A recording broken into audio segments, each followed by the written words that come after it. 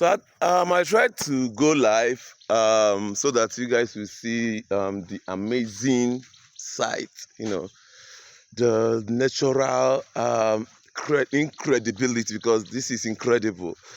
But unfortunately, network had Sharoma Eba. So let me just do this video. And mind you, where I'm coming from is from King's Kid. Yes, I went to see the principal of King's Kid. So this is primary health care Ngwasa.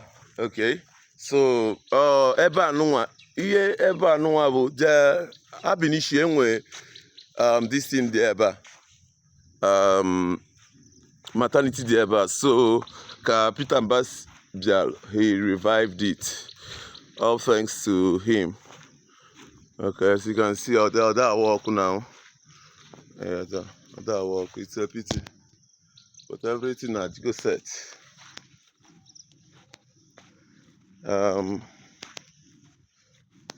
So achọrọ m isowa ngwuo, even though na mma na audience na-eme address abụchaghị ndị ngwuo, but achọrọ m isowa ngwuo maka na ihe nchọ ikwu ọnwụ bụ ihe gbasara ndị ngwuo. Eyi unu ahụdị na gọọmenti abatakwa ịghọta oketa ọhụụ nduworo ihe nduwo nna ihe niile mma gọọmenti na-eme ọ na-eju m ahụ, especially in Nigeria.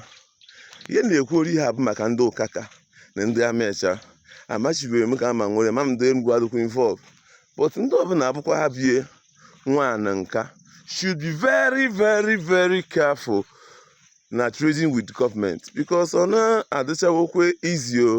O nwekwa ike ịdị ka ọ ka dịkwa eje o nwekwa ike ịdị ka atụkọ n'eka ka ejie n'ero mgbe o si ekwere ọ na-ahụ na ejinye n'ero, because government can do and undo.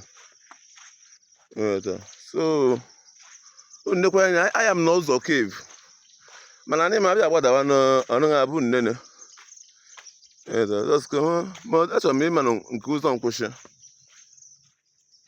Okay, this is gbada atokwe. This is gbada ato. Okay. Adeo nwa akịchị ma eme maka I am gwechi maka ndị Fulani herdsmen, mana I am ndị ebo ndị obodo adịghị onwe mma.